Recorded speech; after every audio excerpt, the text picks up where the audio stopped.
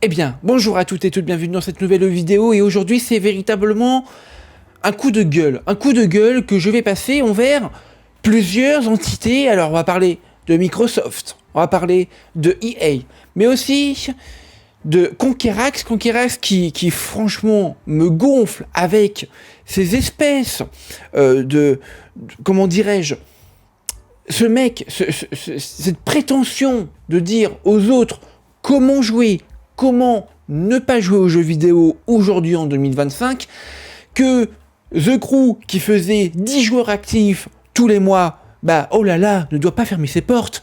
Et en fait, moi, je vais vous expliquer pourquoi ce mec est complètement perché, et surtout, pourquoi Microsoft sont de véritables crevards, mais surtout que EA a raison de débrancher Anthem. C'est parti les amis, pour une nouvelle vidéo, mais aussi concernant Ubisoft. Vous allez voir, c'est une vidéo avec plein de sujets différents. C'est parti, let's go.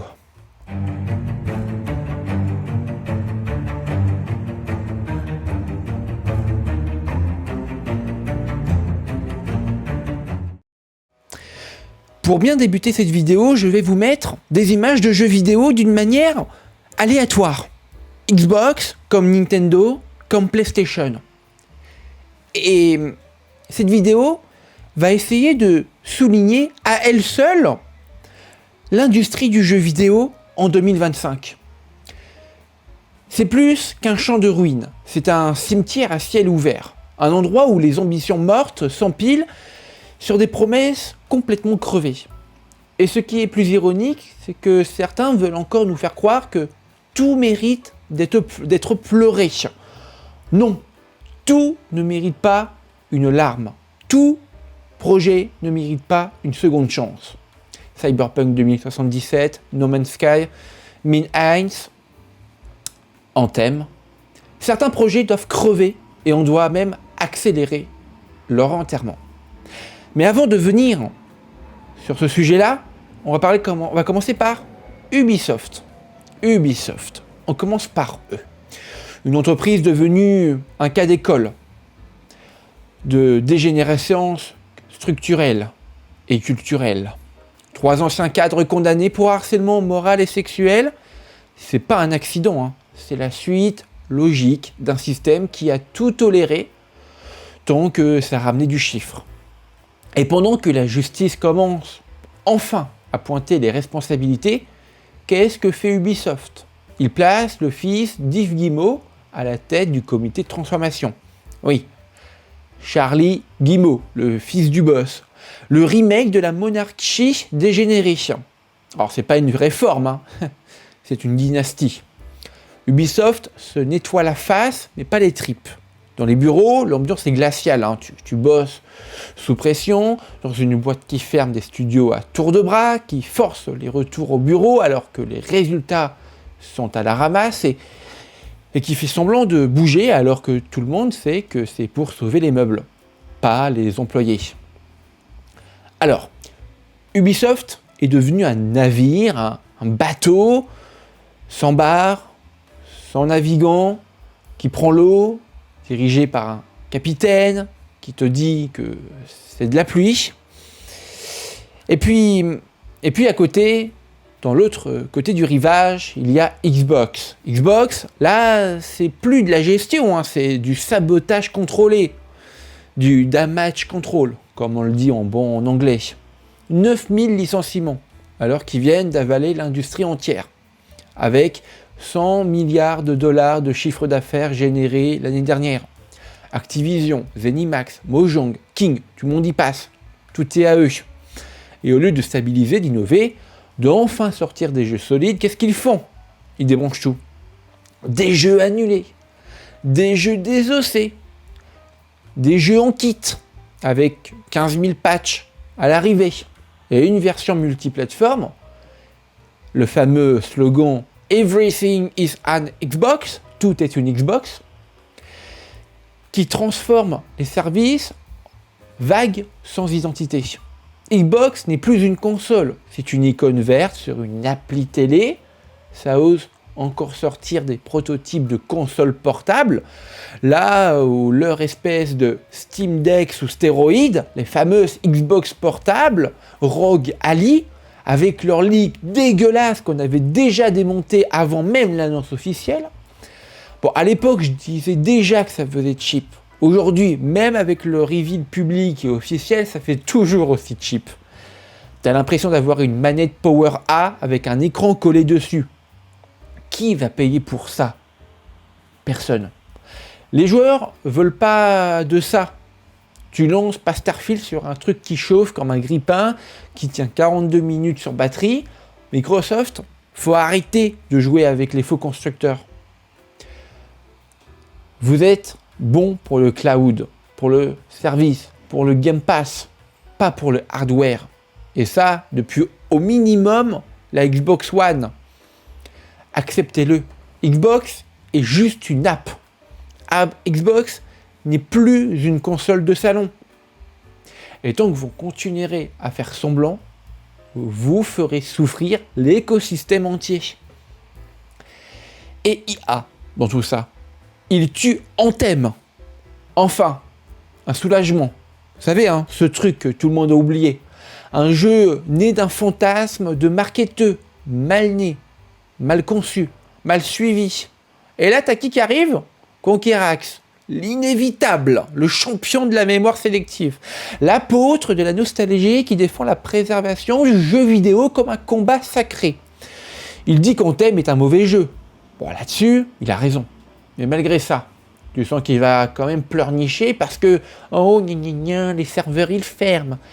Le jeu est solo, rien à foutre. Il va quand même défendre l'expérience complète, la version originale, la mémoire collective du jeu vidéo. Mais stop en fait. Juste stop. Conquerax ne joue pas à ces jeux. Il ne les soutient pas. Il ne les aime pas. Il les accumule, les empile dans ses vidéos pseudo-historiques, comme s'il faisait œuvre de musée. Ce qu'il défend, c'est pas de la mémoire, c'est un business, une vitrine, une indignation à la carte qu'il sort pour chaque fermeture, chaque fin de service. Il fera une vidéo YouTube avec un titre qui créera l'injustice. IA-tu un jeu unique ou un vous ne méritez pas Anthem, si ce n'est pas déjà fait. Je ne regarde pas tellement ce qu'il fait, mais bon. Alors que si, justement, le jeu était une merde, il mérite sa mort. Comme pour son mode solo, qui fait seulement 10 missions, bâclées en 5 heures, ou son mode multijoueur, que personne ne voulait. Faut arrêter de croire que tout ce qui est vieux ou oublié est automatiquement précieux. Certains jeux étaient nuls, faut oser le dire. Il n'y a pas honte de dire cela. On n'écrit pas l'histoire du jeu vidéo avec des échecs pathétiques qu'on essaie de faire passer pour du patrimoine. Et là, il y a quelques jours, il a sorti une vidéo sur Mindhands. Eh oui. Produit par le mec qui nous a fait GTA V. Bah même topo, Conquerax l'a fracassé. À juste titre, évidemment. Le jeu est raté. Mais on sait déjà qu'il trouvera un moyen de sortir une vidéo nostalgique dessus dans 5, voire 10 ans, quand les serveurs seront coupés, parce que c'est son cycle. Il déteste aujourd'hui, mais demain, il dira que c'était une vision trop en avance sur son temps. Le souci avec Conquerax, c'est pas qu'il est tort sur Mindhands ou Anthem, c'est qu'il défend un rapport aux jeux vidéo totalement figé, totalitaire, déconnecté de la réalité des studios, des joueurs et des usages. Fermer des serveurs, c'est pas un crime. C'est parfois une libération. Tout ne mérite pas d'être conservé. Il y a des expériences qui doivent s'éteindre. C'est aussi ça, respecter le jeu vidéo. Savoir dire adieu aux erreurs. Arrêtez de les faire passer pour des trésors cachés. Il n'y a pas d'âme dans Anthem. Il n'y a pas d'héritage dans Mindhands. Il y a juste des projets qui ont foiré. Et cette pétition qui a atteint 1 million de signatures, Stop Killing Games, je trouve, à mes yeux, complètement absurde. Juste parce qu'il y a 3 petits jeux mineurs dans l'industrie du jeu vidéo, s'arrête. Si un jour, demain, vous me dites « Grand Stay Photo Online s'arrête », Là, ouais, j'aurai des raisons de crier. Mais 3 petits jeux mineurs qui ont bidé, qui n'ont pas convaincu les joueurs et la presse, qu'est-ce qu'on s'en fiche? Et tant qu'on continuera à les traiter comme des chefs-d'œuvre martyrisés, on empêchera cette industrie de respirer. Xbox doit arrêter de jouer les faux pionniers. Ubisoft doit virer ses seigneurs féodaux. EA doit continuer de faire le ménage. Et Conquerax, il doit redescendre de sa tour en Lego rétro et arrêter de transformer la mémoire du jeu vidéo en business de commémoration débile. L'avenir du jeu vidéo, c'est pas dans les cartons poussiéreux de youtubeurs nostalgiques. C'est dans la capacité de créer du neuf, à assumer ses erreurs et à en tirer ce qui doit l'être. Conquerax va jouer à un bon jeu. Oui, un vivant, un vrai, pas une coquille vide enterrée sous 14 patchs. Voilà les amis, c'est la fin de cette vidéo. J'avais beaucoup de choses à dire. Et oui, vous l'avez compris, concernant EA, Conquerax, Manhunt, Anthem, Microsoft. Beaucoup de choses se déroulent en ce moment dans l'industrie pour, malheureusement, le pire du pire que peut faire cette industrie. Bref, merci d'avoir regardé cette vidéo. Ciao tout le monde.